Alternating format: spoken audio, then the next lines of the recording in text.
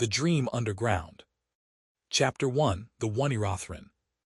Dr. Isabella Hartman pressed her palm against the cold metal door of Laboratory 7B, the rhythmic hum of the Oneirothron pulsing through the reinforced concrete walls like a mechanical heartbeat.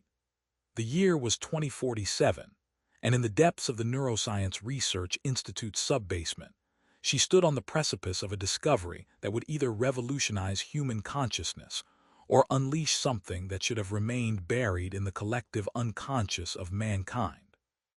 The corridor stretched before her, fluorescent lights casting harsh shadows that danced across the scuffed linoleum floor. Each step echoed with the weight of 3 years of research, countless failed experiments, and the burning desire to prove that dreams were not merely random neural firings, but gateways to something far more profound. Alina had always been fascinated by the mysterious realm of sleep, ever since her childhood in Mexico City, when her abuela would whisper stories about dreams being messages from other worlds. The Oneirothron itself was a masterpiece of neural engineering, a sleek, obsidian-black chair surrounded by an array of quantum processors and neural interface nodes. Its surface seemed to absorb light rather than reflect it, creating an unsettling void in the center of the sterile laboratory.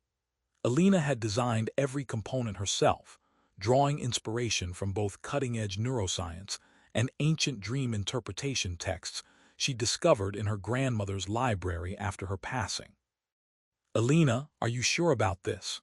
Liam Brooks's voice cut through the ambient hum as he entered the lab, his footsteps hesitant against the polished floor.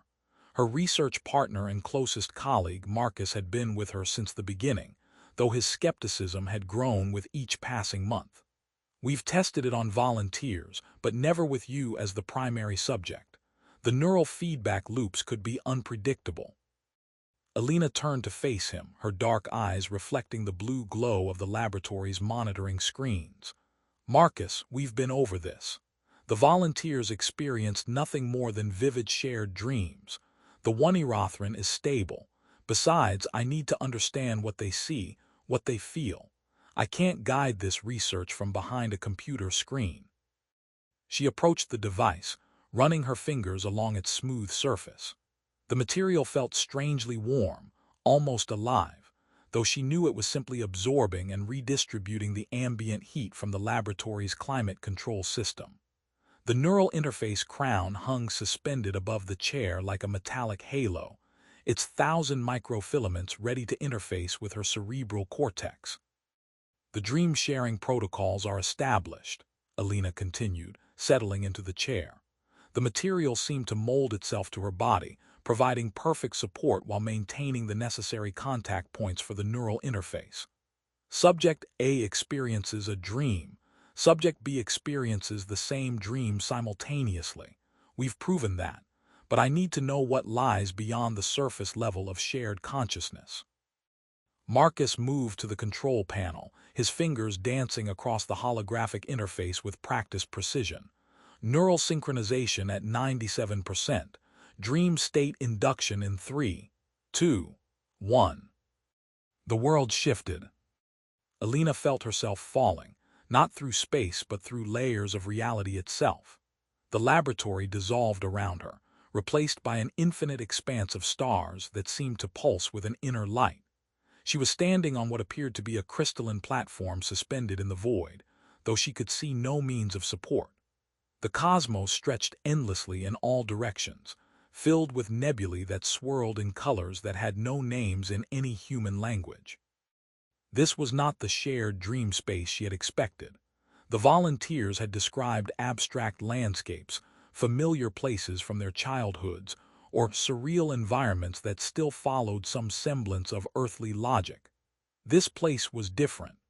Alina could feel the vastness of it pressing against her consciousness, threatening to overwhelm her sense of self. Then she saw it. At first, it was merely a distortion in the starfield, a subtle wrongness that made her eyes struggle to focus.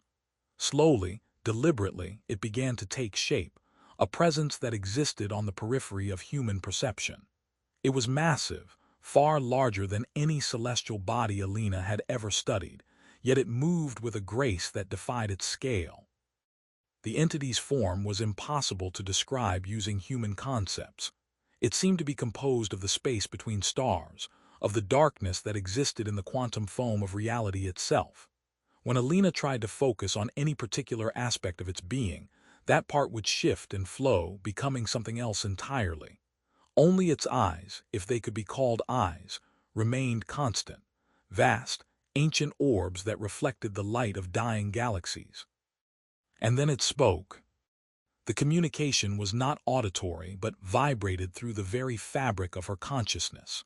The words, if they could be called words, bypassed her auditory cortex and appeared directly in her awareness. The bridge builder has come. The dream weaver stands at the threshold. Alina's breath caught in her throat, though she realized she probably wasn't actually breathing in this dream space. The entity was aware of her. Not just aware, but had been expecting her. The implications of this sent chills through her non-corporeal form. We have waited in the spaces between. We have fed on the echoes of your kind's nocturnal wanderings. Now, the bridge grows stronger. She tried to speak, to ask what it meant, but her thoughts felt sluggish, as if moving through thick syrup. The entity seemed to sense her struggle, and its presence shifted, becoming somehow more focused, more present in the crystalline space she occupied. Your mechanism of dream sharing opens pathways. Each connection you forge between your kind's minds strengthens the fabric that separates OUR-REALMS. Soon, very soon, the barrier will be thin enough. The entity's attention shifted, its cosmic gaze focusing on something beyond Alina's perception. She felt a sudden, sharp pull, as if an invisible hand had grabbed her consciousness and was yanking her backward through layers of reality. She woke gasping in the Oneirothron, Marcus's concerned face hovering above her. The neural interface crown had been removed, though she had no memory of him doing so. Sweat beaded on her forehead, and her heart hammered against her ribs like a trapped bird. Alina, thank God. You were unresponsive for almost 20 minutes. Your neural patterns went completely off the charts. Marcus's voice was tight with worry as he helped her sit up. What happened? The monitors showed massive spikes in your temporal and parietal lobes. I almost pulled you out manually. She tried to speak, to tell him about the cosmic entity, the crystalline platform, the impossible communication. But the words wouldn't come. Her mind reeled, trying to process what she had experienced. The entity had spoken of bridges and barriers, of feeding on dreams. It had been waiting for her. Water, she managed to croak, accepting the bottle Marcus pressed into her trembling hands.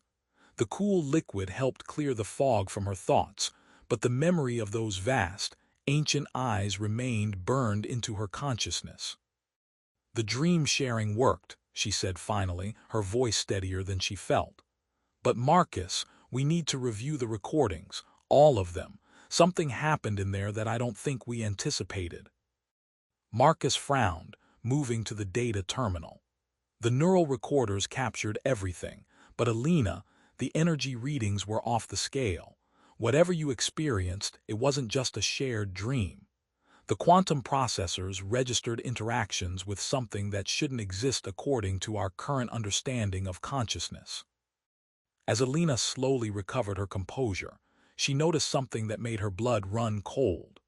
On the main monitoring screen, the data from her session was still scrolling past in an endless stream of numbers and graphs. But interspersed throughout the scientific data were symbols that hadn't been there before, sigils and markings that hurt to look at directly, as if they existed in dimensions beyond human visual perception. The entity had left its mark on the recording equipment. It knew about the Oneirothron now. It knew about their experiments, and most terrifying of all, it had been waiting for them. Over the following weeks, Alina threw herself into analyzing the data from her experience, but conventional scientific methods proved inadequate for explaining what had happened. The entity's communication, its impossible presence in the dream space, and its cryptic warnings about bridges and barriers defied every established theory of consciousness and dream psychology. She began researching historical accounts of similar experiences, delving into obscure texts and forgotten research papers. What she discovered chilled her to the bone. Throughout history, there had been scattered reports of individuals who claimed to have encountered entities in their dreams, beings that existed in spaces between dimensions, feeding on the psychic energy of sleeping minds. The common thread in all these accounts was the concept of dream sharing as a form of dimensional bridge building. Ancient cultures had rituals and taboos surrounding dreams, viewing them not as random neural activity, but as actual journeys to other realms of existence. The Tibetan Book of the Dead, the Egyptian dream books, even certain Native American shamanic traditions all contained warnings about entities that could be encountered in the dream world. But it was a series of research papers from the 1970s that truly captured her attention. Dr. Evelyn Frost, a neuroscientist who had vanished under mysterious circumstances, had published several papers on what she called oniric entities, beings that existed in a dimension parallel to our own, sustained by the psychic energy generated during human sleep. Dr. Winters had theorized that these entities were not malevolent in the traditional sense, but were simply following their nature, much as a predator follows its instinct to hunt. However, she had also warned that certain practices could strengthen the connection between our dimension and theirs, potentially allowing them to influence our reality in subtle but significant ways. The parallels to Alina's experience were undeniable. The entity she had encountered had spoken of feeding on dreams, of strengthening bridges between dimensions. It had been aware of the Oneirothron, had been expecting her arrival in that cosmic dream space. Marcus noticed the change in her research focus and grew increasingly concerned. Alina, you're drifting into fringe science. These papers by Winters were discredited decades ago. The scientific community doesn't have an explanation for what I experienced, Alina interrupted, her voice sharp with frustration. Marcus, that thing knew about the Oneirothron. It was waiting for me. How do you explain that with conventional neuroscience? Her colleague's expression softened with worry. I can't. But Alina, you're talking about entities from other dimensions. That's not science, that's science fiction. We need to focus on what we can measure, what we can reproduce. But Alina knew that reproduction was exactly what they needed to avoid. If each use of the Oneirothron strengthened whatever barrier or bridge the entity had mentioned, then continuing their experiments could have catastrophic consequences.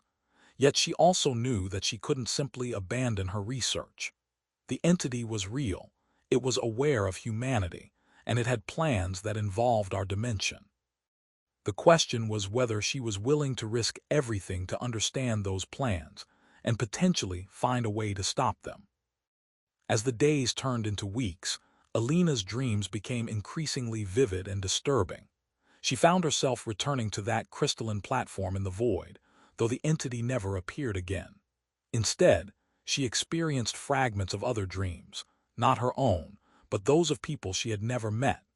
She saw through the eyes of a construction worker in Tokyo, experienced the nightmares of a schoolteacher in London, felt the anxiety dreams of a stockbroker in New York.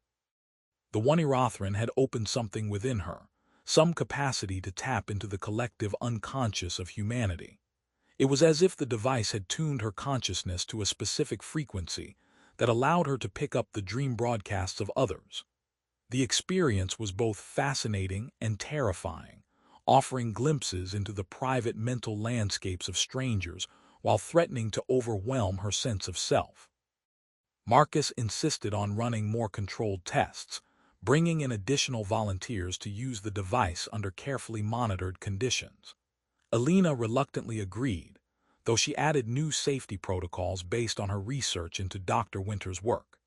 Each subject was screened for any history of sleep disorders or psychological trauma, and all sessions were limited to 15 minutes to minimize potential exposure to whatever lurked in the dream realms.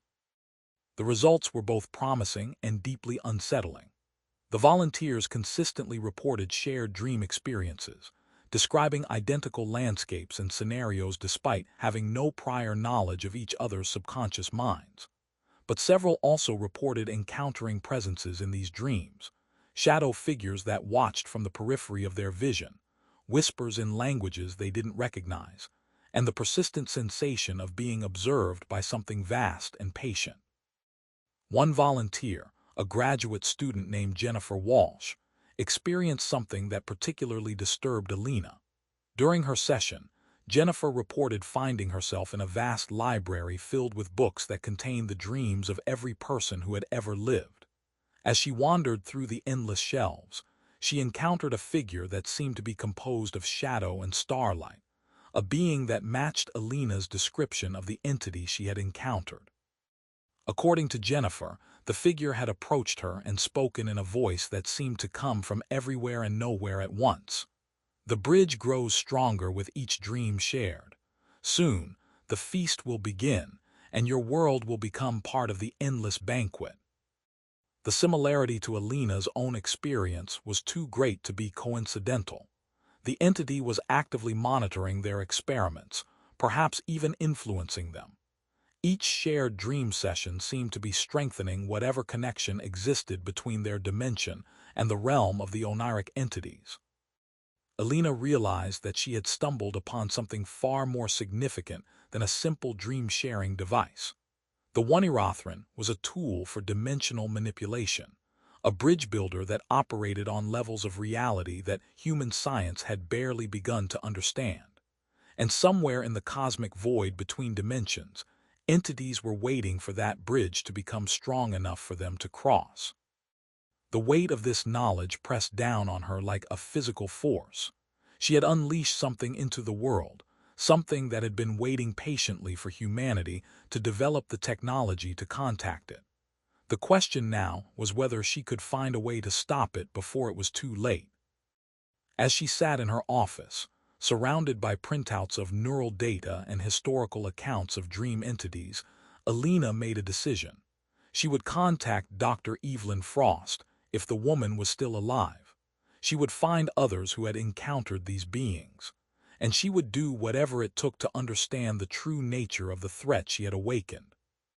The dream underground was real and it was hungry. Chapter 2: The Dreamer's Network. The email arrived at 3:47 a.m., its timestamp matching the exact minute when Alina had first encountered the entity in her dream state. The message was simple, direct, and chilling. Dr. Vasquez, we need to talk. The Oneirothron has awakened something that should have remained dormant. Meet me at the abandoned subway station beneath Grand Central. Come alone. S. Winters. Alina's hands trembled as she read the message again. Dr. Evelyn Frost was alive, and she knew about the Oneirothron. The implications sent her mind racing through possibilities, each more disturbing than the last. How long had Winters been monitoring her research? What did she know about the entities that Alina had encountered? The abandoned subway station beneath Grand Central Terminal was a place of urban legend, a forgotten piece of New York's vast underground network that had been sealed off decades ago. Official records claimed it had been closed due to structural instability, but conspiracy theorists whispered about secret government experiments and dimensional anomalies. Alina had never put much stock in such stories, but after her experiences with the Oneirothron, she was no longer certain where reality ended and nightmare began. She arrived at the meeting point just before midnight, descending through a maintenance entrance that Winters had somehow arranged to have unlocked. The air grew colder with each step, carrying the musty scent of decades-old decay and something else, something that reminded her of the cosmic void she had encountered in her dreams. The abandoned platform stretched before her like a concrete cathedral, its arched ceiling disappearing into darkness above. Rusted tracks ran into black tunnels that seemed to absorb light rather than reflect it. But it was the people gathered there that made her breath catch in her throat. There were perhaps 20 individuals scattered throughout the space, each bearing the same haunted expression she had seen in her own mirror over the past weeks. They moved with the careful deliberation of those who had learned to navigate between worlds, their eyes carrying the weight of knowledge that human minds were never meant to possess. Dr. Vasquez. The voice came from the shadows near the platform's edge, and a figure stepped into the dim emergency lighting. Dr. Evelyn Frost was older than Alina had expected, perhaps in her late 70s, but her eyes burned with an intensity that spoke of someone who had seen beyond the veil of normal reality and survived the experience. "Dr. Winters," Alina replied, trying to keep her voice steady, "you've been monitoring my research." Winters nodded, gesturing for Alina to follow her deeper into the station.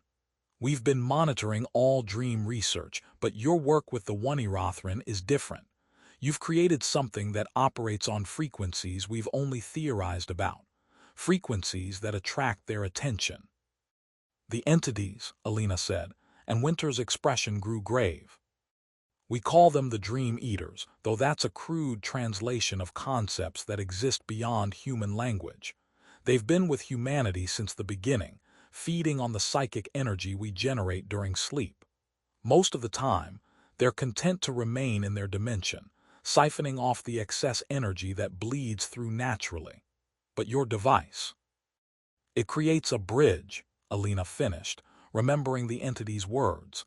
"Each shared dream strengthens the connection between dimensions." They entered what had once been a maintenance office, now converted into a makeshift command center. Banks of monitors displayed neural activity patterns, dream recordings, and energy readings that made Alina's skin crawl. The symbols from her laboratory appeared here too, crawling across screens like digital parasites. "Welcome to the Dreamers Network," Winters said, her voice carrying a mixture of pride and resignation.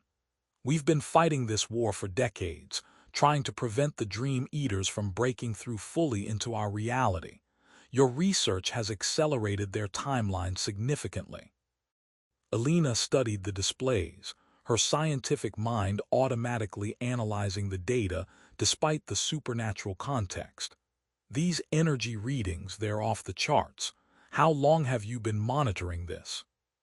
"Since 1973, Winters replied, settling into a chair that groaned under her weight. "I was like you once, brilliant, ambitious, convinced that science could unlock the secrets of consciousness.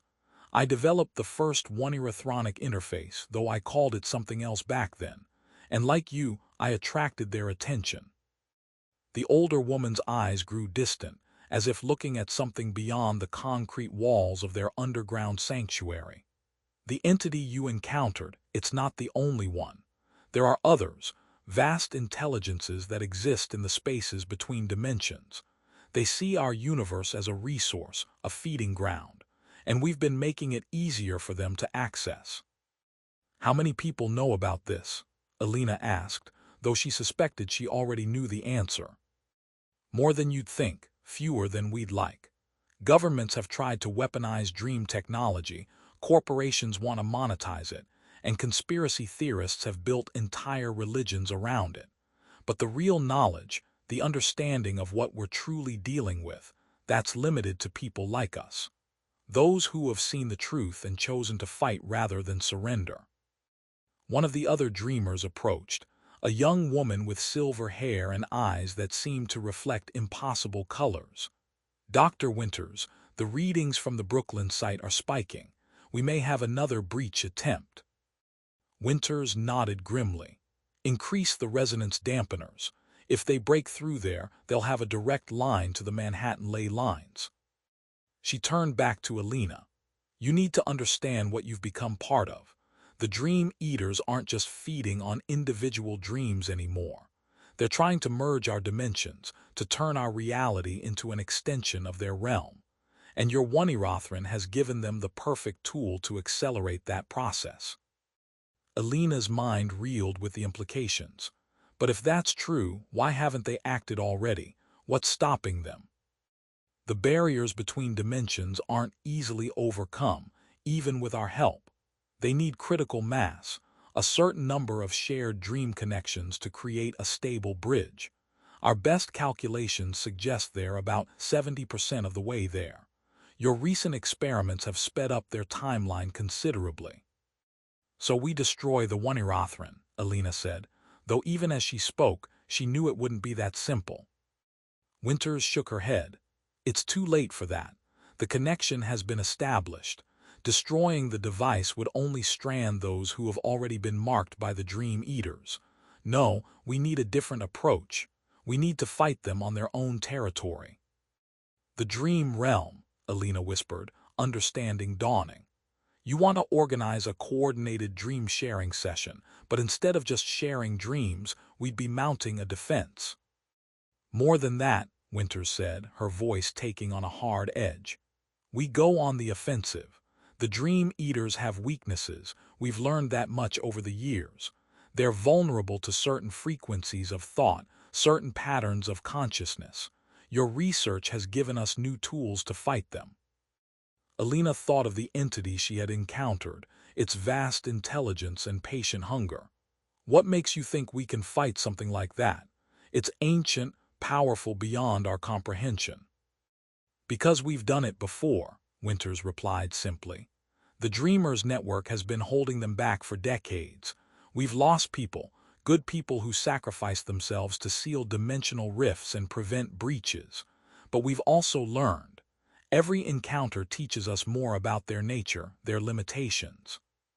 She gestured to the monitors surrounding them. This is just one node in a global network. There are dreamers in every major city, monitoring the barriers, fighting the influence of the Dream Eaters.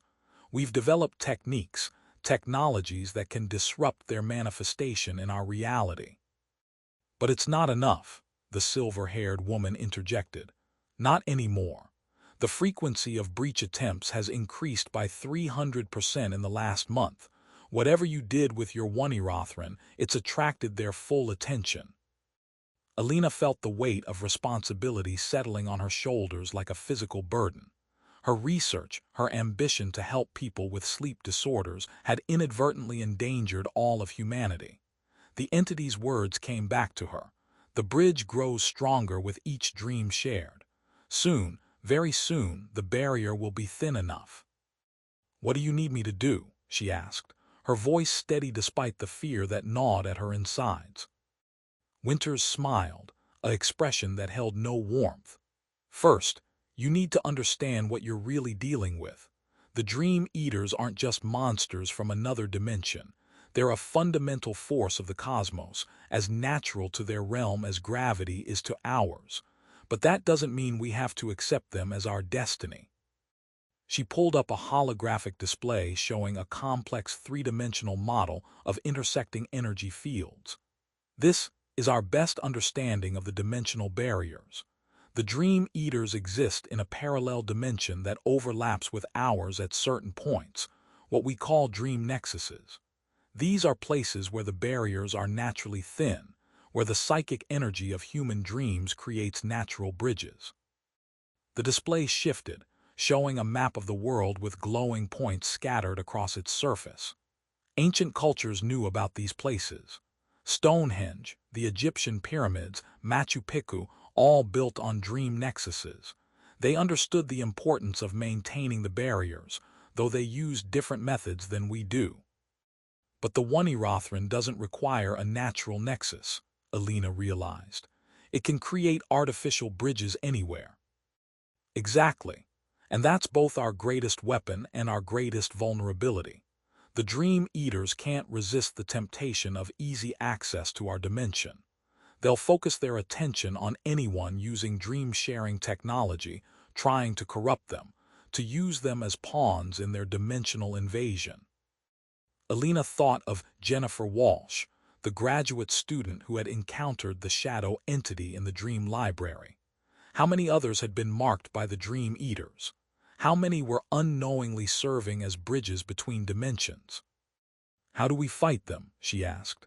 If they're as powerful as you say, how can we possibly hope to stop them? Winter's expression grew grim. We fight them with the one thing they don't fully understand, human consciousness. The Dream Eaters are vast intelligences, but they're alien to our way of thinking. They operate on pure instinct and hunger without the complexity of human emotion and creativity. That's our advantage. She pulled up another display, this one showing neural patterns that seem to shift and flow like liquid light. We've developed techniques that allow us to manifest our consciousness as weapons in the dream realm. Thoughts become reality there, and a trained dreamer can use their imagination to create defenses, weapons, even entire fortresses of mental energy. But it comes at a cost, the silver-haired woman added quietly. Each time we enter their realm, we risk losing pieces of ourselves. The Dream Eaters feed on memory, on emotion, on the very essence of what makes us human. I've been fighting them for 5 years, and I can barely remember my life before I joined the network. Alina looked at the woman more closely, seeing the truth of her words in the hollows beneath her eyes and the silver that had no business being in hair so young. The dreamers were soldiers in a war most of humanity didn't even know was being fought, and they paid the price for everyone's ignorance with pieces of their souls. "Why haven't you gone public?" Alina asked. "Why not warn people about the danger?" Winters laughed, a sound devoid of humor. "And tell them what? That their dreams are being monitored by extra-dimensional entities that want to devour their consciousness. That every time they sleep, they risk being infected by alien intelligences. People would panic. Governments would try to weaponize the technology. Religious groups would declare it the end of times. And the Dream Eaters would feed on that fear," the silver-haired woman added. "They thrive on strong emotions, particularly negative ones. Mass panic would be like a feast for them, strengthening their connection to our dimension." Alina understood the terrible logic of their situation. Humanity was trapped between ignorance and terror, with the Dream Eaters growing stronger either way. The network's secret war was the only thing standing between the world and a fate that most people couldn't even comprehend. "So what now?" she asked. "How do we stop them?" Winters stood, her movements slow and deliberate. "Now you learn to fight. We teach you how to manifest your consciousness in the dream realm, how to build mental defenses, how to recognize the signs of Dream Eater influence. But more importantly, we teach you how to work with others." She gestured to the other dreamers in the underground facility. "We're not just individuals fighting a lonely war. We're a network, connected by our shared knowledge and purpose. When we dream together, we're stronger than the sum of our parts. Shared consciousness creates resonance patterns that the Dream Eaters can't easily penetrate." "But you're Oneirothron," the silver-haired woman said. "That's something new. It allows for precise synchronization of dream states, creating stable bridges that can be used to transport not just consciousness but actual mental constructs between minds." Alina felt a glimmer of hope amidst the overwhelming fear. "You mean we could use it to coordinate attacks in the dream realm, create synchronized assaults on Dream Eater positions?" "Exactly, but it would require you to enter their realm again, to confront the entity that marked you. Are you prepared for that?" Alina thought of the vast intelligence she had encountered, its patient hunger and ancient malice. She thought of all the people who would never know how close they were to losing their humanity to creatures from beyond the veil of reality. And she thought of her responsibility. She had created the tool that was making the Dream Eaters' invasion possible. It was up to her to find a way to stop them. "I'm ready," she said, her voice carrying a conviction she didn't entirely feel. "Teach me how to fight them." Winters nodded approvingly. "Good, but understand this. Once you begin this training, there's no going back. The Dream Eaters will know you've joined us. They'll focus their attention on you, try to corrupt you, use your knowledge of the Oneirothron against us. You'll be a target for the rest of your life." "What kind of life would it be, knowing what I know and doing nothing?" Alina replied. "If we fail, if the Dream Eaters break through completely, there won't be any human life left to live." The silver-haired woman stepped forward, extending her hand. "Welcome to the war, Dr. Vasquez. I'm Vivian Gray, No relation to your colleague, though we get that a lot. I'll be your primary trainer for dream combat. Alina took the offered hand, feeling a strange tingling sensation as their palms touched. It was as if some energy passed between them, a recognition on a level deeper than conscious thought. Alexandra's eyes widened slightly, and Alina knew she had felt it too. "You're already marked," Alexandra said quietly. "The entity you encountered has left its signature on your consciousness. That will make you both more vulnerable to their influence and more capable of fighting them effectively." "How is that possible?" Alina asked. "Because to fight them, you have to understand them. And to understand them, you have to let them into your mind, at least partially. The marking means they've already established a connection to you. We can use that connection, turn it back on them." Winters moved to a cabinet and began removing equipment that Alina recognized as modified neural interfaces. "We'll begin your training immediately. The Dream Eaters know about you now, and they won't wait for you to be ready. We need to teach you how to defend yourself in the dream realm before they mount another attempt to influence you." As the other dreamers began preparing the equipment, Alina felt a strange mixture of terror and determination. She had stumbled into a hidden war that spanned dimensions, a conflict that would determine the fate of human consciousness itself. The comfortable world of academic research seemed impossibly distant now, replaced by the stark reality of cosmic horror and the desperate fight to preserve humanity's soul. But she also felt something else, a sense of purpose that transcended her individual fears. She had created the Oneirothron, had opened the door for the Dream Eater's influence. Now she would learn to use that same technology to fight them, to protect the countless sleeping minds that would never know how close they had come to being consumed by alien intelligences. The training would be brutal, the risks immense. But Alina Vasquez had never backed down from a challenge, and she wasn't about to start now. The Dream Underground had claimed her as one of their own, and she would fight to her last breath to prevent the Dream Eaters from claiming the rest of humanity. As Alexandra began explaining the basics of dream combat and mental defense, Alina couldn't help but wonder if she was making the right choice. But then she remembered the entity's ancient eyes, its patient hunger, and its plans for her world. There really was no choice at all. The war for human consciousness had begun, and Dr. Isabella Hartman was on the front lines. Chapter 3: The Cosmic Hunger. The training began that very night, though Alina suspected that time held little meaning in the underground world of the dreamers. The abandoned subway station had no windows, no connection to the natural cycle of day and night. It existed in a perpetual twilight that seemed designed to blur the boundaries between waking and sleeping, reality and dream. Vivian Gray proved to be a demanding instructor, her methods combining rigorous scientific methodology with techniques that Alina could only describe as mystical. The first lesson was deceptively simple, learning to maintain consciousness while falling asleep. The Dream Eaters rely on the natural dissociation that occurs during sleep, Alexandra explained as they sat in a circle with several other dreamers. When your conscious mind releases its grip on waking reality, you become vulnerable to their influence. Our first task is to teach you to retain awareness even as you descend into dream states.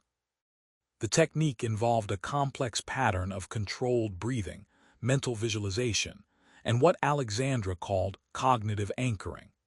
Alina was instructed to create a mental image of a place where she felt completely safe and secure, a memory palace that would serve as her fortress in the dream realm.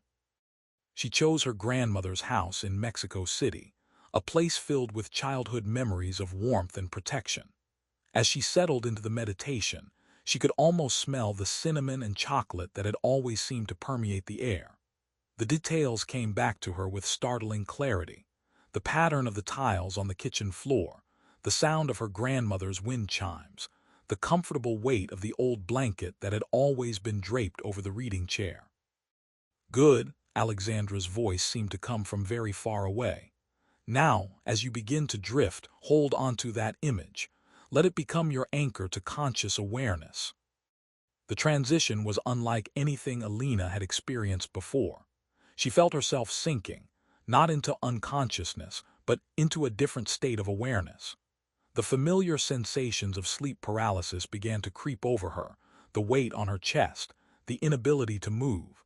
But instead of fighting them, she embraced them as signs that she was successfully navigating the threshold between worlds. Her grandmother's house materialized around her with perfect clarity, every detail exactly as she remembered it. But Alina knew she was dreaming, because she could see beyond the physical reality of the house into the underlying structure of the dream itself. Colors shifted in ways that had no names, and the geometry of the rooms bent in directions that hurt to perceive directly. Excellent, Alexandra appeared beside her, though Alina knew the woman was actually sitting in the physical world, monitoring her neural patterns. This is your sanctuary, your fortress in the dream realm. From here, you can launch attacks, mount defenses, and retreat when necessary. But even as she spoke, Alina felt a disturbance in the fabric of the dream. Something was watching them from beyond the boundaries of her mental sanctuary. The sensation was subtle at first, like the feeling of being observed in a crowded room, but it quickly intensified into something more predatory.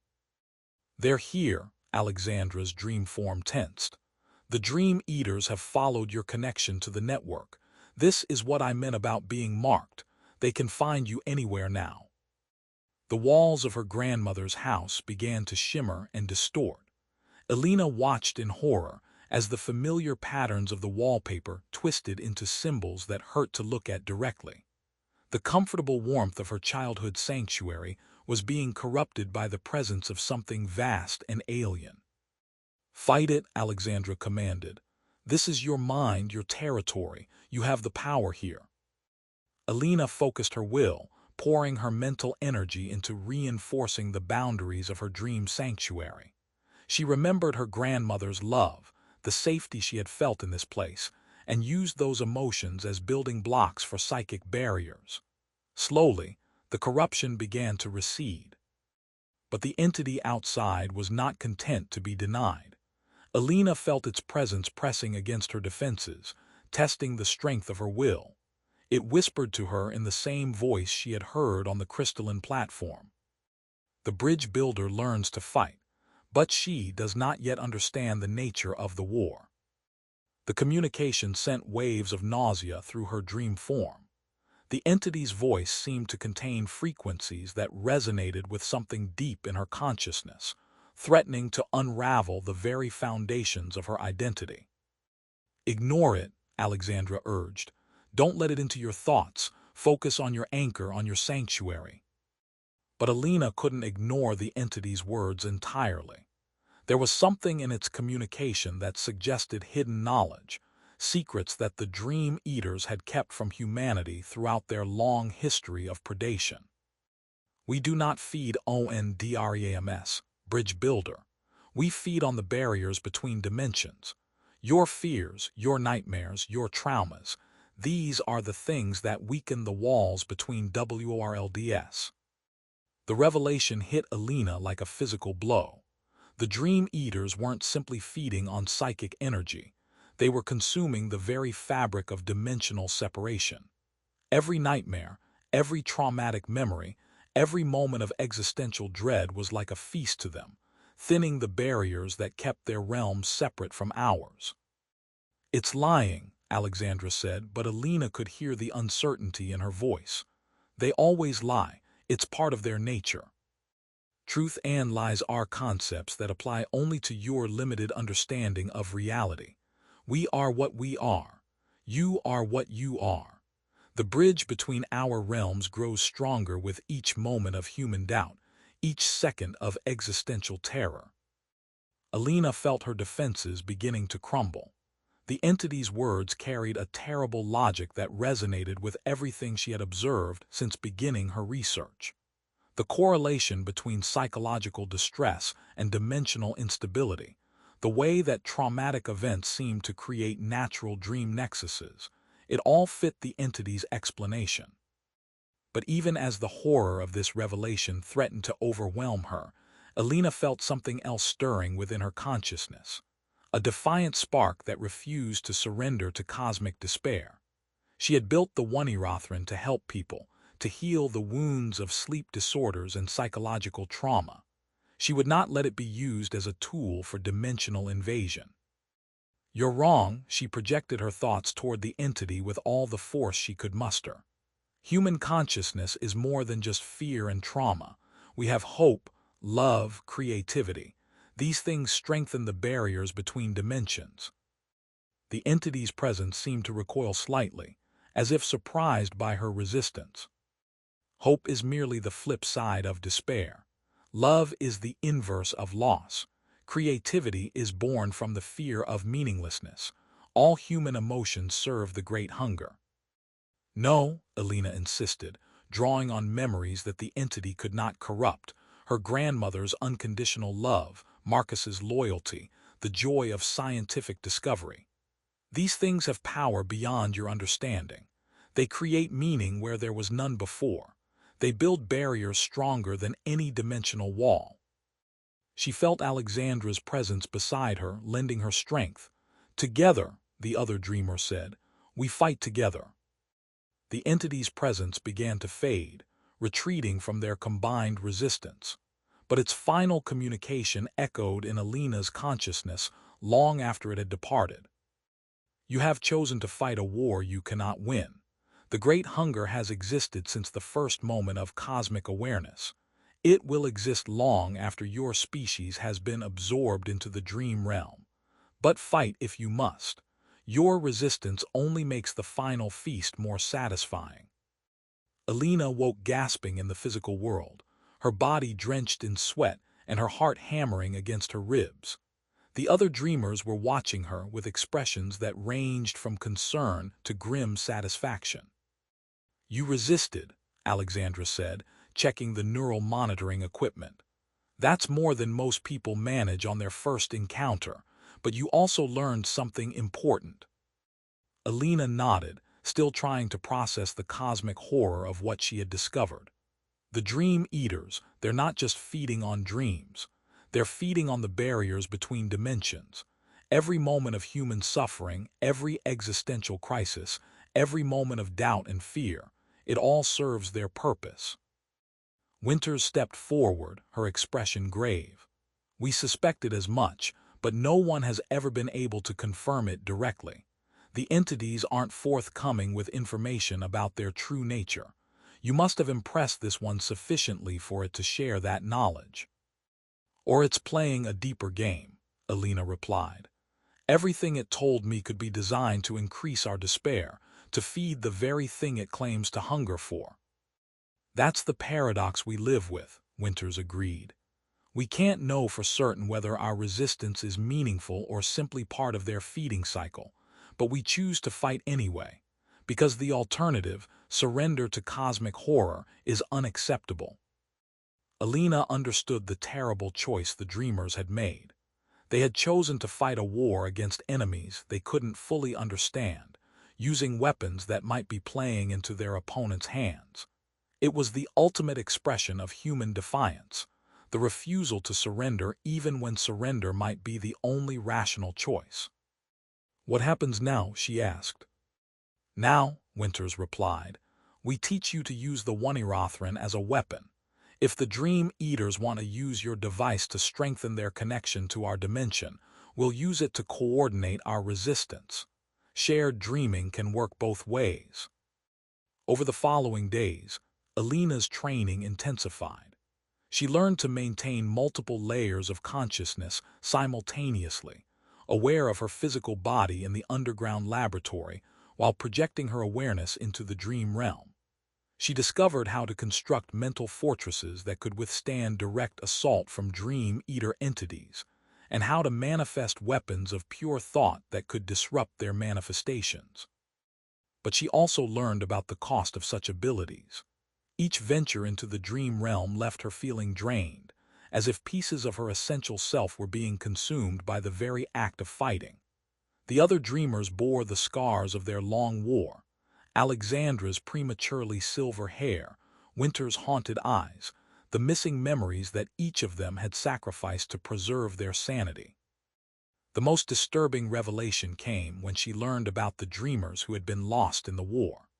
The network maintained a memorial wall in the deepest part of their underground facility, covered with photographs of those who had given their lives to seal dimensional breaches or protect others from Dream Eater influence. They chose to become permanent guardians, Alexandra explained when Alina asked about the memorial. When a dreamer sacrifices themselves to seal a breach, their consciousness becomes trapped between dimensions.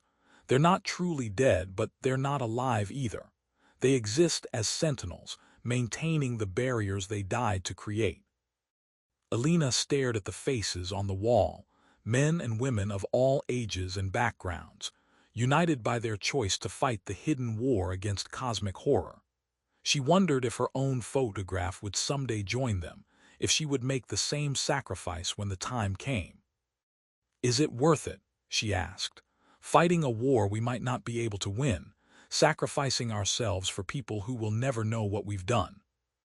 Alexandra's answer was quiet but firm. "We don't fight for recognition or victory. We fight because someone has to, because the alternative is unacceptable, because human consciousness, with all its flaws and limitations, is worth defending against those who would consume it." As Alina's training continued, she began to understand the true scope of the war she had joined. The Dream Eaters were not the only entities that existed in the spaces between dimensions. There were others, stranger and more incomprehensible beings that occasionally brushed against human awareness. The Dreamers had cataloged dozens of different species of extra-dimensional entities, each with its own feeding patterns and methods of manifestation. But the Dream Eaters remained the primary threat, the most organized and systematic in their approach to dimensional invasion. They had patience that spanned eons, intelligence that operated on levels beyond human comprehension, and a hunger that could never be satisfied. The entity's words continued to haunt Alina's thoughts. The great hunger has existed since the first moment of cosmic awareness. It will exist long after your species has been absorbed into the dream realm. Was their resistance truly meaningful, or were the Dream Eaters simply playing a long game, allowing humanity to struggle because the struggle itself fed their cosmic hunger? The question had no answer, but Alina realized that the asking of it was perhaps part of the entity's plan. Doubt was their ally, despair their sustenance. Her training reached a critical point when Winters announced that she was ready for her first active mission. A dimensional breach had been detected in an abandoned building in Brooklyn, and the local Dreamer cell needed backup. "This is what you've been preparing for," Winters said, though Alina could hear the reluctance in her voice. "You'll be working with Alexandra and 2 other experienced Dreamers. Your job is to coordinate the mental defenses while they seal the breach." "What about the Oneirothron?" Alina asked. "Shouldn't we use it to coordinate our efforts?" Winters shook her head. "Not yet. The Dream Eaters are still learning about your device. Using it in active combat would reveal too much about its capabilities. We need to save that advantage for when it can make a real difference." As they prepared for the mission, Alina felt a mixture of terror and determination. She had trained for this moment, had learned to fight in the dream realm, but facing an actual dimensional breach was different from training exercises. This was real combat, with consequences that could affect thousands of innocent people. The abandoned building in Brooklyn was a former textile factory, its broken windows and crumbling brickwork a monument to economic decay. But as Alina approached with her team, she could sense the wrongness emanating from within. The air seemed to shimmer with unnatural heat, and the shadows cast by the setting sun moved in ways that defied the laws of optics. "The breach is active," Alexandra reported, checking a device that looked like a modified Geiger counter. "Dream Eater presence confirmed. Multiple entities attempting to manifest." The other 2 Dreamers, a middle-aged man named Marcus and a young woman called Zara, began setting up equipment around the building's perimeter. Elena recognized some of the devices from her time in the underground laboratory, resonance dampeners and psychic field generators designed to contain dimensional breaches. "Remember your training," Alexandra said as they prepared to enter the building. "Stay connected to your anchor, maintain your mental defenses, and coordinate your efforts with the team. We'll handle the actual sealing of the breach. You focus on keeping us protected while we work." Elena nodded, though her hands were shaking with adrenaline. She had spent her life as a scientist, dedicated to understanding and healing.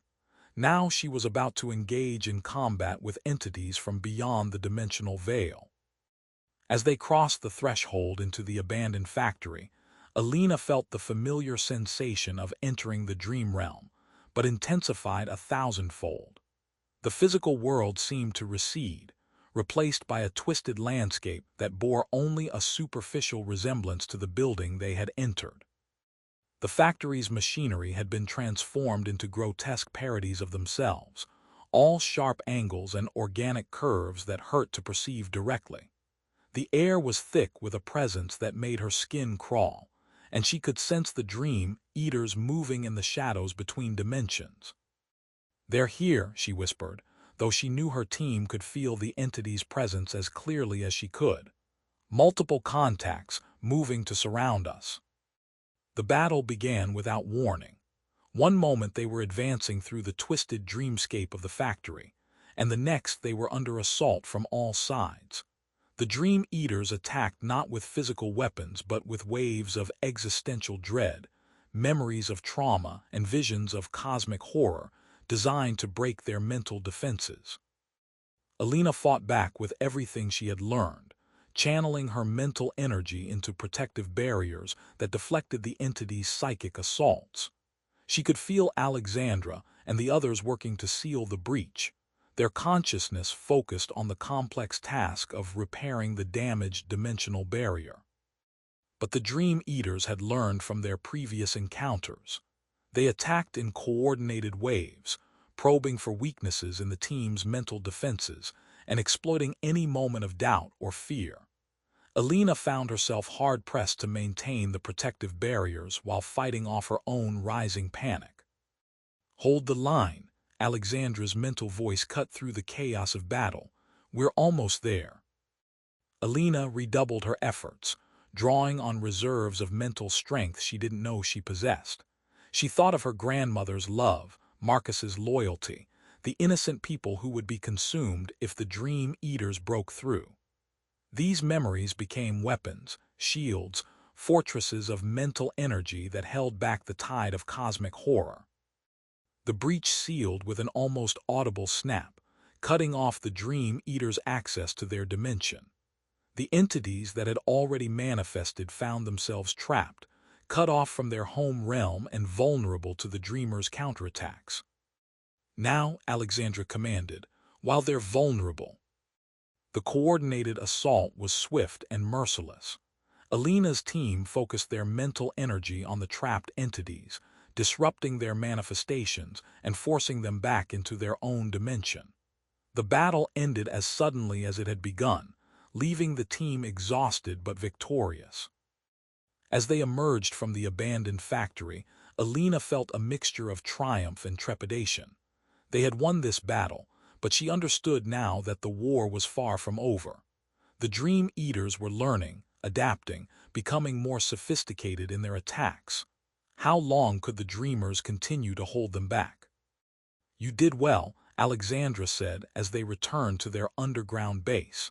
"Better than most people manage on their first real engagement. But you also understand now what we're truly up against." Elena nodded, too exhausted for words. She had seen the true face of cosmic horror, had fought entities that existed beyond human comprehension, and she knew that her life would never be the same.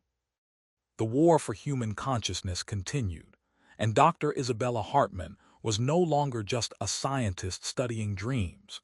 She was a soldier fighting to preserve the very essence of human identity against forces that would consume it without hesitation. As she collapsed into her cot in the dreamer's underground facility, Alina dreamed not of cosmic horrors or dimensional battles, but of her grandmother's house in Mexico City. The warm sanctuary of her childhood remained intact, a fortress of memory and love that even the dream eaters could not corrupt. It was a small victory in a vast war, but it was enough to give her the strength to face whatever nightmares tomorrow might bring. Chapter 4. The Dream Eater's Gambit. The weeks that followed Alina's first successful mission were a blur of training sessions, research sessions, and increasingly frequent encounters with Dream Eater activity. The entities seemed to be escalating their efforts, as if aware that the Dreamer's network was growing stronger and more organized. Alina had begun to understand the true scope of the war she had joined. The Dreamer's network operated on a global scale, with cells in every major city and outposts in remote locations where dimensional barriers were naturally thin. They had developed sophisticated monitoring systems that could detect Dream Eater activity hours before a breach occurred, and they had established protocols for coordinating responses across vast distances. But the Dream Eaters were learning too. Each encounter revealed new tactics, new methods of assault that tested the limits of the Dreamer's defenses. The entities seemed to be conducting their own research, probing for weaknesses in human consciousness and exploiting them with increasing sophistication. It was during a routine monitoring session that Alina first noticed the anomaly. The quantum processors that tracked dimensional stability had begun registering patterns that didn't match any known Dream Eater signatures. The energy signatures were similar but subtly different, as if a new player had entered the cosmic game. "Dr. Winters, you need to see this," she called, pulling up the anomalous readings on the main display. The data streams showed energy patterns that fluctuated in ways that defied the normal parameters of dimensional instability. Winters studied the readings with growing concern. "This isn't Dream Eater activity. The signature is wrong. The frequency is too high, too refined." Alexandra moved to examine the data, her silver hair catching the blue glow of the monitors. "Could it be a new species of entity? We've cataloged dozens of different types, but there could be others we haven't encountered yet." "Or," Winters said slowly, "it could be something worse. What if the Dream Eaters have learned to mimic human consciousness? What if they're developing the ability to think like us?" The implications of this possibility were staggering. If the Dream Eaters could truly understand human thought patterns, they could predict the network's responses, anticipate their strategies, and develop countermeasures that would render the Dreamer's defenses useless. "We need more data," Alina decided. "Set up enhanced monitoring protocols. If this is a new type of threat, we need to understand it before it becomes a major problem." The answer came sooner than expected, and from an unexpected source. Liam Brooks, Alina's former research partner, had been trying to contact her for weeks. She had avoided his calls, unsure how to explain her sudden disappearance from the academic world. But when he left a message claiming to have experienced something impossible, she knew she had to respond. They met in a coffee shop near the university, Marcus looking haggard and exhausted. His usually precise appearance was disheveled, and his eyes held the same haunted quality she had seen in other dreamers. "Alina, thank God," he said as she slid into the booth across from him. "Something's happening, something that doesn't make sense. I know you probably think I'm crazy, but—" "You're not crazy, Marcus," she interrupted gently. "Tell me what you experienced." His story was both familiar and deeply disturbing. He had been working late in the laboratory, analyzing data from their dream-sharing experiments, when he had experienced what he described as a lucid nightmare. But unlike the typical Dream Eater encounters Alina had come to recognize, Marcus's experience had been strangely conversational. "It spoke to me, Alina, not in riddles or cosmic horror, but like a person. It asked questions about our research about the Oneirothron. It wanted to understand how the device worked, what its limitations were. Alina's blood chilled. What did you tell it? Nothing at first, but it was persuasive. It explained that it wasn't like the others, that it was interested in cooperation rather than conquest. It claimed to represent a faction of dream eaters that had evolved beyond simple predation. Marcus ran his hands through his disheveled hair. I know how insane this sounds, but Alina, it made sense at the time. It showed me things, visions of a future where humans and dream eaters could coexist, where shared consciousness could benefit both species. What kind of coexistence? Alina asked, though she dreaded the answer. Symbiosis. The Dream Eaters would provide access to cosmic knowledge, advanced technology, understanding of dimensions beyond our own. In exchange, humans would willingly share their consciousness, their emotional experiences.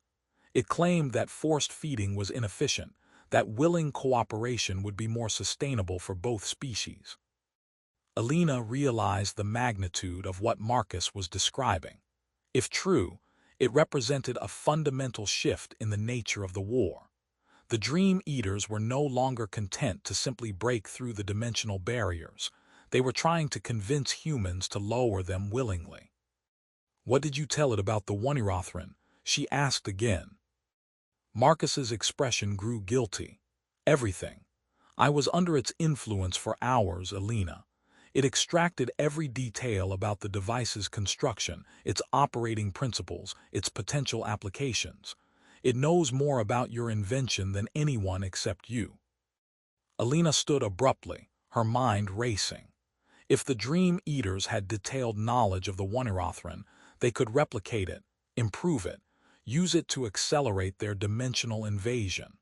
The device that had been intended to help people with sleep disorders could become the key to humanity's enslavement. I need to go, Marcus. You need to forget this conversation, forget everything that entity told you. It's not offering cooperation, it's offering slavery with a pretty name. But as she turned to leave, Marcus grabbed her arm. There's more, Alina. It knew about you. It called you the bridge builder, said you were crucial to their plans. It claimed that you had been marked since childhood, that your grandmother's stories weren't just stories. Alina froze. Her grandmother had indeed told her stories about dream entities and dimensional barriers, tales that had seemed like simple folklore until Alina had encountered the Dream Eaters. If the entity knew about those stories, it suggested a level of surveillance that went far beyond what the network had suspected. What else did it say? She whispered. It claimed that your grandmother was one of the first dreamers, that she fought in the early days of the war. It said that your family has been marked for generations, that you were born to be a bridge between dimensions. The revelation hit Alina like a physical blow. If her family had been involved in the war against the Dream Eaters for generations, it explained her natural aptitude for dream combat and her immediate connection to the network's cause. But it also suggested that her development of the Oneirothron might not have been entirely her own idea. She left Marcus with instructions to contact the network if he experienced any further encounters, then made her way back to the underground facility. Winters and Alexandra needed to know about this development immediately. The emergency meeting was swift and decisive. If the Dream Eaters had developed the ability to mimic human consciousness and were attempting to recruit humans through persuasion rather than force, it represented a new and dangerous phase in the war. This changes everything, Winters said, studying the data Alina had brought back. If they're moving towards psychological warfare rather than direct assault, we need to adapt our strategies. But why now? Alexandra asked. What makes them think they can succeed with this approach when direct invasion has failed for so long? Alina had been considering the same question. Maybe they believe they're close enough to achieving their goals that they can afford to be more subtle. Or maybe they've learned something from their encounters with us that makes them think persuasion will be more effective than force. The implications were staggering. A Dream Eater that could think like a human, that could understand human psychology and use it to manipulate people, was far more dangerous than the simple predators they had been fighting. It could infiltrate human society, spread its influence through channels that the network couldn't monitor, and potentially recruit large numbers of people to its cause. We need to know more about this entity, Winters decided. Alina, you're the only one who can safely make contact.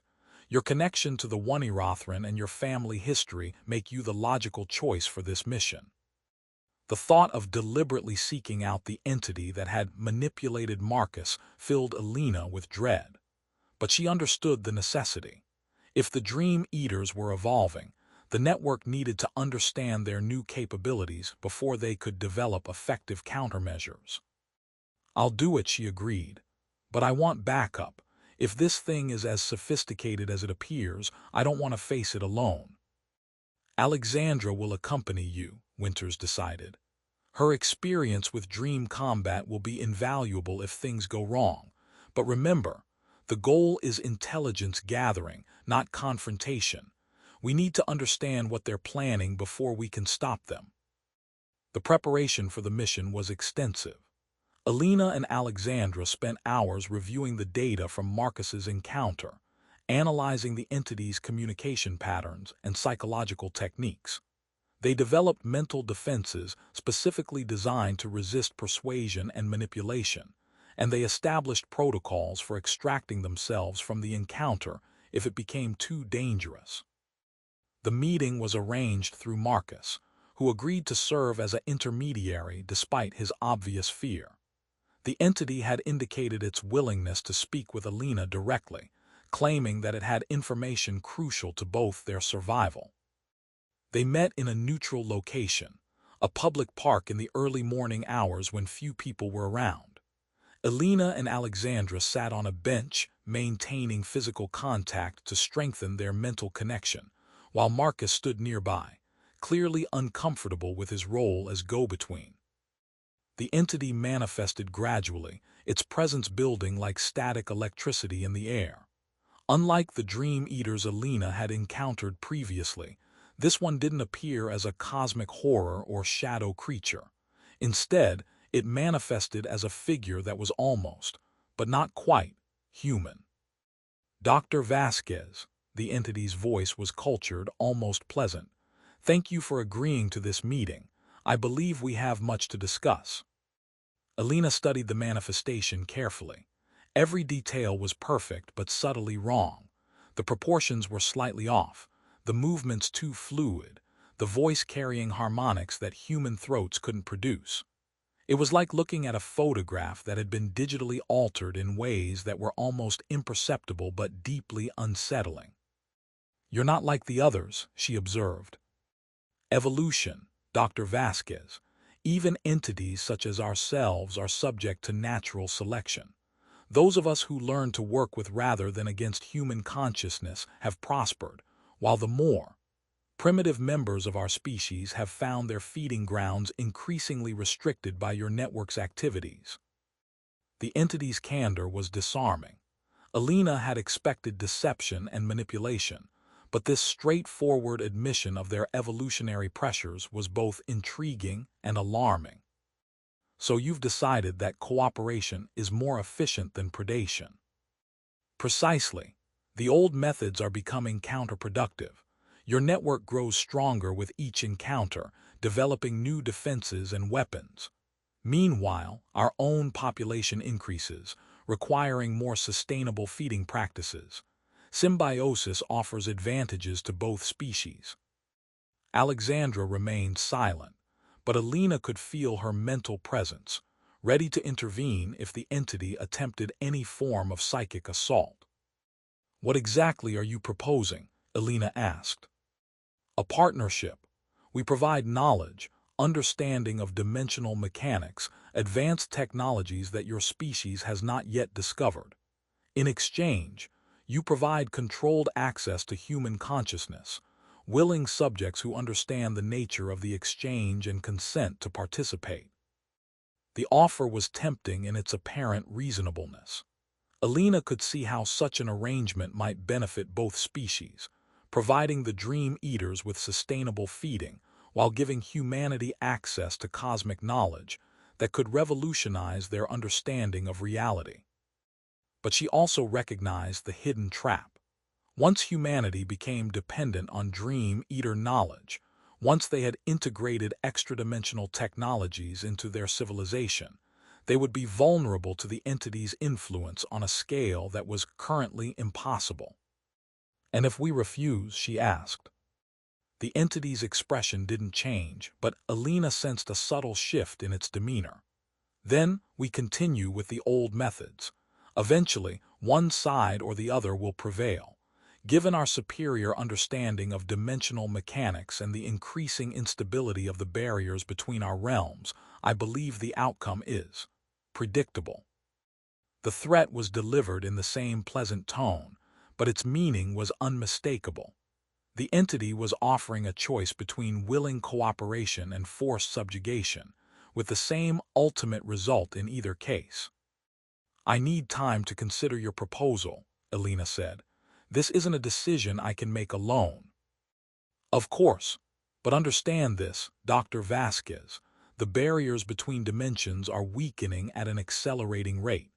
Your recent experiments with the Oneirothron have hastened this process significantly. We estimate that you have perhaps 6 months before a catastrophic breach occurs, one that even your network will be unable to contain." The entity began to fade, its manifestation dissolving like morning mist, but its final words echoed in Alina's consciousness. "6 months, bridge builder, then the choice will be made for all of us." As the entity's presence faded completely, Alina and Alexandra sat in stunned silence. The meeting had revealed a new and terrifying aspect of the war they were fighting. The Dream Eaters were not just evolving, they were planning, strategizing, and potentially preparing for their final push into human reality. The race against time had begun, and Alina Vasquez held the key to either humanity's salvation or its ultimate subjugation. The Oneirothron, her greatest achievement, had become both their greatest weapon and their greatest vulnerability. The war for human consciousness was entering its final phase, and the stakes had never been higher. Chapter 5: The Final Dream. The 6-month deadline hung over the Dreamers' network like a cosmic sword of Damocles. Every day brought new reports of dimensional instability. Every night saw increased Dream Eater activity as the entities pressed their advantage with growing boldness. Alina had thrown herself into her work with desperate intensity, using the Oneirothron to coordinate increasingly complex operations, while simultaneously searching for a solution to the existential threat that faced humanity. The device that had been her greatest achievement had become humanity's last hope for survival. The network had grown exponentially in the wake of the entity's ultimatum. Thousands of new recruits had been identified and trained, their minds honed into weapons capable of fighting in the dream realm. But Alina knew that quantity alone couldn't overcome the qualitative advantage the Dream Eaters held. It was during a routine monitoring session that the breakthrough occurred. Alina had been analyzing the energy signatures from recent Dream Eater encounters, searching for patterns that might reveal a weakness in their dimensional incursion methods. What she found instead was something that challenged everything they thought they knew about the entities.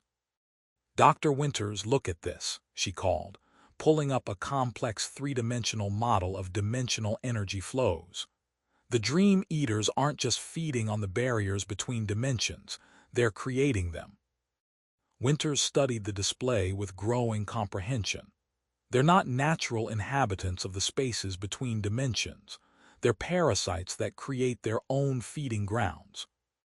The revelation was staggering. The Dream Eaters weren't ancient cosmic entities that had existed since the beginning of time.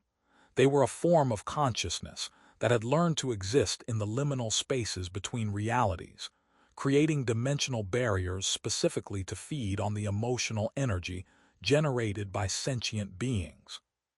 "This changes everything," Alina breathed. "If they're creating the barriers, then they can be destroyed. The dimensional walls aren't natural features of the cosmos, they're constructs, and like any construct, they have weak points. Alexandra joined them at the display, her silver hair reflecting the blue glow of the monitors. But if we destroy the barriers completely, what happens to the entities themselves? Without their feeding grounds, they would have to return to their native dimension or cease to exist entirely. Exactly, Alina said, her mind racing with the implications. The entity's ultimatum wasn't about conquering our dimension. It was about finding a new feeding ground before their current one collapsed. They've been manipulating us into creating more barriers, more dimensional walls to sustain their population. The strategy began to take shape in Alina's mind. Instead of fighting the Dream Eaters directly, they could attack the barriers themselves, destroy the artificial dimensional walls that the entities had created. Without their feeding grounds, the Dream Eaters would be forced to retreat or face extinction. But the plan was not without risks. Destroying dimensional barriers was incredibly dangerous work, requiring dreamers to venture deep into the spaces between realities and attack the very foundations of the entity's existence. The mission would require volunteers willing to sacrifice themselves for the greater good. We need to test this theory, Winters decided. If we can destroy even one of their artificial barriers, it will prove the concept and give us a weapon against the Dream Eaters. The test site was chosen carefully, a minor dimensional breach in an abandoned warehouse in Queens that had been stable for months. If Alina's theory was correct, destroying the barrier would be like popping a balloon. The Dream Eaters would be forced to retreat or risk being trapped in the collapsing dimensional space. Alina volunteered to lead the mission, despite the risks. The Oneirothron gave her unique capabilities in navigating dimensional spaces, and her understanding of the device's operation would be crucial for the success of the operation. The team consisted of Alina, Alexandra, and 3 other experienced dreamers. They would enter the dream realm through the Oneirothron's enhanced interface, locate the artificial barrier, and attack it with focused mental energy, while Alina used the device to coordinate their efforts and maintain their connection to the physical world. The mission began at precisely midnight, when dimensional barriers were at their weakest. Alina settled into the Oneirothron, feeling the familiar sensation of the neural interface connecting with her consciousness. The device had been modified specifically for this mission, its quantum processors tuned to detect and attack dimensional barriers. The dream realm materialized around them like a twisted reflection of reality. The abandoned warehouse had been transformed into a cathedral of impossible geometry, its walls breathing with organic life, and its shadows moving with predatory intelligence. The Dream Eaters were waiting for them. They manifested not as the cosmic horrors Alina had encountered previously, but as something far more disturbing, perfect replicas of the dreamers themselves. Each team member faced their own doppelganger, entities that knew their thoughts, their fears, their deepest insecurities. Psychological warfare, Alexandra muttered, facing her silver-haired duplicate. They know about our plan. Alina's double smiled with her own face, but the expression was subtly wrong, carrying undertones of hunger and malice that her true face had never known. The bridge builder comes to destroy what she cannot understand. But you are too late, Alina. The barriers are already too strong, too numerous to be destroyed completely. We only need to destroy enough of them to force your retreat, Alina replied, though she could feel the entity's words eroding her confidence. Without your feeding grounds, you'll have no choice but to return to your native dimension. The battle was unlike any they had fought before. The Dream Eater duplicates attacked not with cosmic horror or existential dread, but with psychological precision, targeting each dreamer's specific weaknesses and insecurities. Alina's double whispered doubts about her research, her responsibility for the current crisis, her family's long involvement in the war. But Alina had learned to fight on this battlefield. She countered the entity's psychological assault with memories of her grandmother's love, Marcus's loyalty, the countless lives that would be saved if they succeeded. Her mental defenses held firm, and she began to sense the location of the artificial barrier they had come to destroy. It was magnificent and terrible, a wall of pure thought that stretched between dimensions like a spider's web of consciousness. The barrier pulsed with the emotional energy of countless sleeping minds, a tapestry of human fear and trauma that had been woven into a dimensional fortress. There, she projected to her team, focus all your mental energy on the central node. That's where the barrier is anchored. The coordinated assault was devastating. 5 trained dreamers, their consciousness synchronized through the Oneirothron, attacked the barrier with everything they had.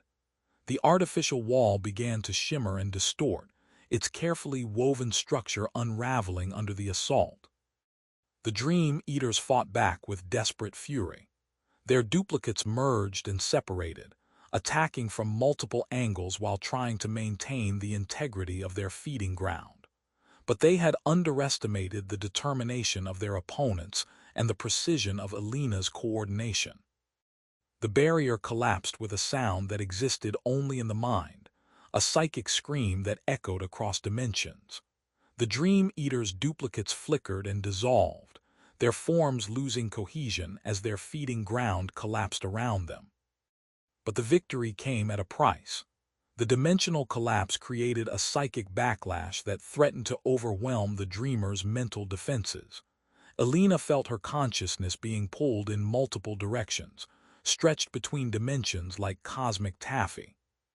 "Hold on," Alexandra's mental voice cut through the chaos. "Elena, use the Oneirothron, create an anchor."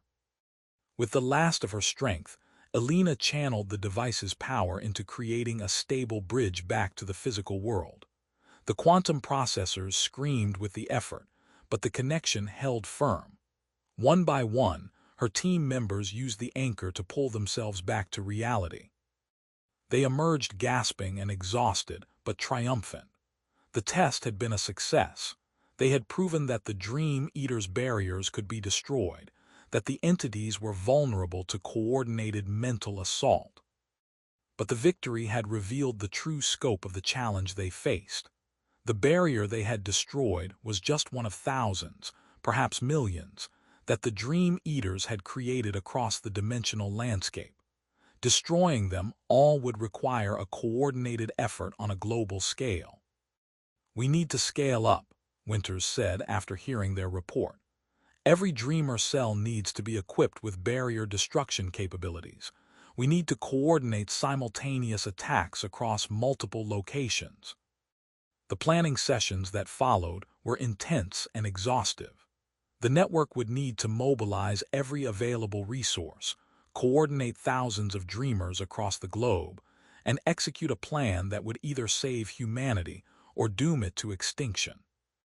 Elena worked around the clock, modifying the Oneirothron's design to create portable versions that could be distributed to dreamer cells worldwide. The device that had started as a tool for sharing dreams had become humanity's last hope for survival. But as the final battle approached, Elena found herself thinking about the entity's words during their first encounter. It had claimed that hope was merely the flip side of despair, that all human emotions served the great hunger. She wondered if their resistance was truly meaningful or simply part of a larger cycle that the Dream Eaters had engineered. The entity that had approached her with its offer of cooperation appeared one final time as she worked in the underground laboratory. It manifested not as a duplicate but as something more honest, a presence that existed in the spaces between thoughts, a consciousness that had learned to speak in human concepts. "You have chosen the path of extinction, bridge builder. The barriers you destroy are the only thing keeping both our species alive. Without them, the dimensional void will consume us all." "Better extinction than slavery," Elena replied, though she could feel the weight of cosmic truth in the entity's words. "There are worse things than slavery, Dr. Vasquez. There is the void that exists beyond dimensions, the nothingness that consumes all consciousness. We created the barriers not to feed, but to survive. Your species' emotional energy is the only thing that keeps the void at bay. The revelation was staggering. The Dream Eaters weren't predators. They were refugees, survivors of a cosmic catastrophe that had consumed their native dimension. They had created the barriers between dimensions not as feeding grounds but as lifeboats, using human consciousness to maintain their existence in a universe that was fundamentally hostile to their nature. "Why didn't you tell us this before?" Elena demanded. "Would you have believed us? Would your network have stopped their war if they knew they were fighting not monsters but fellow survivors? We chose to appear as predators rather than victims, knowing that your species responds to threats with violence, but to pleas for help with indifference." The entity's presence began to fade, but its final words haunted Elena's thoughts. "The void is coming, bridge builder. Whether through our feeding or your destruction, the result will be the same. The barriers will fall and all consciousness will be consumed. Choose your extinction wisely." Elena sat in stunned silence, her mind reeling with the implications. The war she had been fighting, the cause she had dedicated her life to, it had all been based on a misunderstanding of cosmic proportions. The Dream Eaters weren't the enemy. They were fellow prisoners in a universe that was fundamentally hostile to consciousness itself. But even as this knowledge threatened to overwhelm her with despair, Elena felt something else stirring within her, a determination to find a third option, a solution that didn't require choosing between slavery and extinction. The final battle would proceed as planned, but its goal had changed. Instead of destroying the Dream Eaters' barriers, they would work to strengthen them, to create a sustainable system where both species could survive without destroying each other. The war for human consciousness became a war for cosmic survival, a struggle not against alien predators, but against the fundamental hostility of a universe that consumed all awareness. And Dr. Isabella Hartman, the bridge builder, held the key to either salvation or destruction for all thinking beings. As she activated the global network of modified Oneirothrons, Elena made her choice. She would not destroy the Dream Eaters, nor would she surrender to them. She would find a way to save them all, human and entity alike, from the void that threatened to consume everything they had ever been or would ever become. The final dream began not as a battle but as a conversation, a meeting of minds across the dimensional divide. And in that meeting, in the space between dreams and reality, a new possibility was born, a future where consciousness, in all its forms, could thrive despite the cosmic hunger that surrounded them. The war ended not with victory or defeat, but with understanding. And in that understanding, both species found the strength to survive, to build barriers that would hold against the void, and to create a cosmos where thought could flourish despite the darkness that surrounded it. Dr. Isabella Hartman had built a bridge not between dimensions, but between species. And in building that bridge, she had saved them all from the great hunger that threatened to consume everything they had ever known or would ever become.